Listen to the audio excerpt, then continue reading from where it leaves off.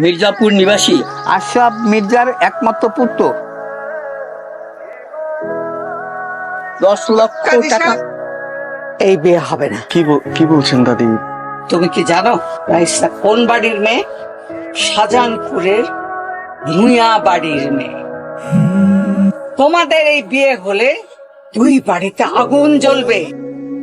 রাইসা, তুমি দাদিকে কিছু বলছো না কেন? ঠিকই বলছেন। আমি যদি জানতাম তুমি মির্জা বাড়ির ছেলে, আমি জীবনেও তোমাকে ভালোবাসতাম না। তুমি আমাকে ভুলে যাও। আমি তোমাকে অনেক ভালোবাসি, আমি তোমাকে ছাড়া থাকতে পারবো না। প্লিজ দাদি চলো। প্লিজ রাইসা। কিসে দুর্ঘটনাটা মনে কইরা একদম ভুলে দেন। আমি ওরা ভুলতে পারবো না চাচ্ছু। কি কষ্ট হইতেছে তো অনেক, এই জায়গায় অনেক কষ্ট হইতেছে। কষ্ট কম কর।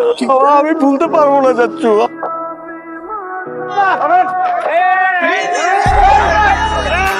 আগামী শুক্রবার বিয়ের তারিখ ধার্য করা হোক। খালামা কি বলেন আপনি? আলহামদুলিল্লাহ। আমি তোমার পাশে নিচ্ছি, তুমি আমার সাথে একটাবার দেখা করো প্লিজ। প্লিজ। তুমি কেন আসছো? তুমি জানো না আমি কেন? না, আমি জানি না তুমি কেন আসছো। আর কোনোদিন যেন আমি তোমাকে আমার সামনে না দেখি। তুমি কি বলছো? একদম চুপ। আমার বাবা যদি দেখে খুন করে ফেলবে তোমাকে। লিভ। রাইসা, তুমি আমার কথাটা কোনো কথা শুনবো না আমি। প্লিজ, আই বেগ ইউ, এখান থেকে যাও। রাইসা প্লিজ।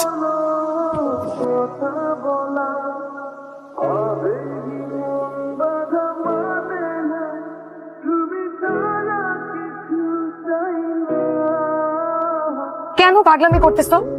কেন বুঝতেছো না? আমি তোমাকে ছাড়া বেঁচে থাকতে পারবো না। প্লিজ একটু বোঝার চেষ্টা করো, আমি তোমাকে অনেক ভালোবাসি।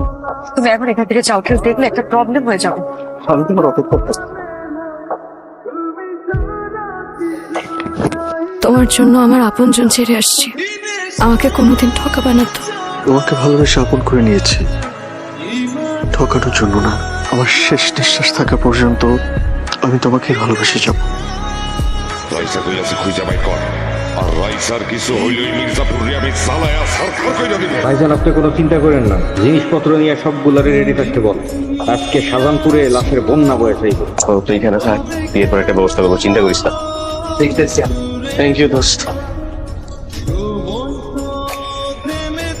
সাকিব তোর সাথে ইমার্জেন্সি কথা বলবে, দেখতো। হ্যাঁ সাকিব বল। শুধুমাত্র তোর জন্য তোর দাদি আজ মৃত্যু শয্যায়। তোর দাদি হাসপাতালে। তুই চলে আয়।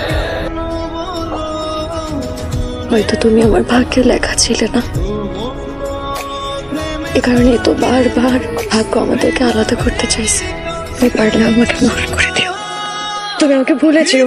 ভুলে যাব যাকে আমার জীবন দিয়ে ভালোবাসলাম, তাকে কখনো আমি ভুলতে পারবো না। তুমি বলতে পারো আমাদের ভাগ্যটা এমন কেন? কিছু কিছু ভালোবাসার পূর্ণতা আল্লাহ লিখে রাখেন। হয়তো আমাদের ভালোবাসার পরিণতি ঠিক তেমনি। আমাকে শেষবারের মতো একটু জড়িয়ে ধরবা। আল্লাহ ভালোবাসায় এত কষ্ট কেন লিখে রাখছে বলো তো? তোমাকে ছাড়া কিভাবে থাকবো?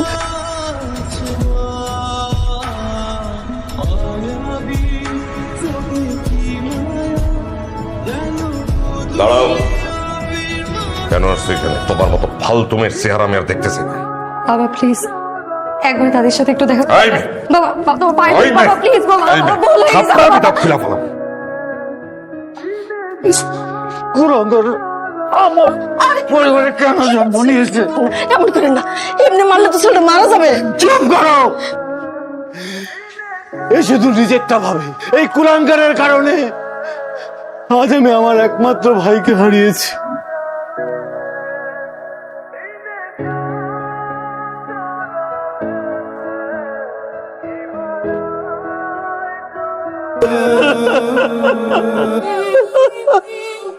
আমার একমাত্র ভাইকে কবরে শুয়ে দিয়ে আসছি।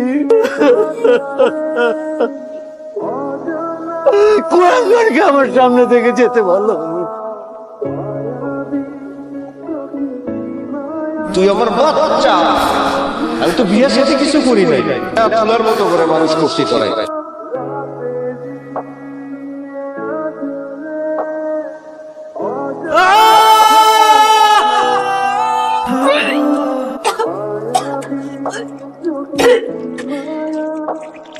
মেয়ে তো বমি করতেছে। হয় ডাক্তার একটা কথা কবি আমি জানে বেটা চপ চপ জানবে ডাক্তার হাই বেটা কই থাকো আমার মাইয়া ওর পেটের পাপ পরিষ্কার করার ব্যবস্থা কর যা বাবু কি বলতেছো তুমি বাবু? বিষয়টা আমরা দেখছি। যাই বেটা দেখা যায় কি আছে আমি আজকে রাতের পর ওর পেটের পাপ আর দেখতে চাই না যা প্লিজ একটা আমার কথাটা শোনো। একদম কলা টিপা মাইরা ফেলা আমাকে খারাপ লিখি লিখে তুই যা শান্ত হয়ে বসেন স্যার, আমরা ব্যাপারটা দেখছি। এই ওনাকে নিয়ে ভিতরে যান প্লিজ। বাবা প্লিজ প্লিজ বাবা প্লিজ কোথাও ভুল হচ্ছে তোমার দিকে সরেন বাবা প্লিজ বাবা আমি কিন্তু তোর সত্যি সত্যি জানে মাইরা ফেলাবো ওই বেটাটা আমার সাথে বাবা বাবা প্লিজ বাবা মির্জার পোলারে খুঁজে বাইর কর ওই স্যার এই পৃথিবীতে বাইসে থাকার কোনো অধিকার নাই যা দোস্ত তোর ভাবির কাছে শুনলাম রাইসা নাকি হসপিটালে ইমার্জেন্সিতে ভর্তি আছে। আমার একটা সাজেশন ছিল স্যার, হ্যাঁ এই অপারেশনটার জন্য স্যার যদি ম্যাডামকে একটা বড় হাসপাতালে নিয়ে যেতেন। না না না এই বেটা তুই কি এর ডাক্তার হ্যাঁ সামান্য ছোট্ট একটা অপারেশন করতে পারোস না যা ব্যবস্থা কর নাইলে কিন্তু আজকের রীতি তোর জীবনের শেষ রাই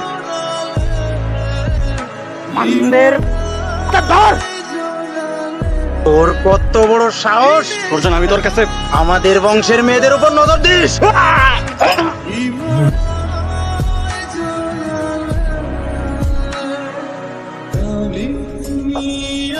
বস মির্জার বলা কত ঠিক আছে তোর একটু সাবধানে থাকিস ডক্টর কি অবস্থা ডক্টর? স্যার রোগীর অবস্থা একদমই ভালো না স্যার। আমি আপনার কথা মতো তাড়াহুড়া করে ওনার অ্যাবর্শন করে যাচ্ছি। ওনার পেটে তো কোনো বাচ্চা ছিল না, ওনার পেটে অনেক বড় একটা টিউমার ছিল। আর আমি আপনাকে বারবার বললাম ওনাকে একটা ভালো হাসপাতালে আপনি অপারেশনটা করান, শুধুমাত্র আপনার গোয়ার্তুমের কারণে আপনার মেয়ে আজকে মরতে বসেছে। এই আপনাদের মতো কিছু মানুষের জন্য সমাজের কাছে আমাদের মতো ডাক্তার আজকে কলঙ্কিত।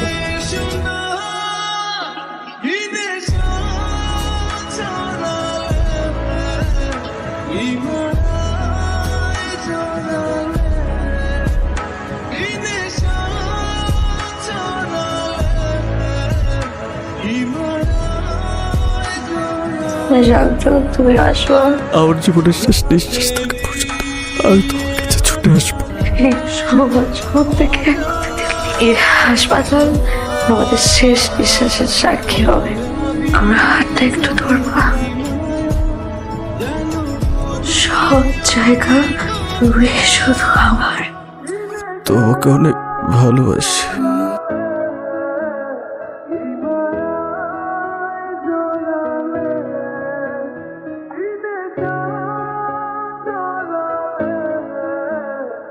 সময় বদলায়, নদীও পথ পাল্টায়, শুধু বদলায় না প্রতিশোধের আগুন। যুগের পর যুগ ধরে জ্বলতে থাকা এই বৈরিতার শেষ কোথায়?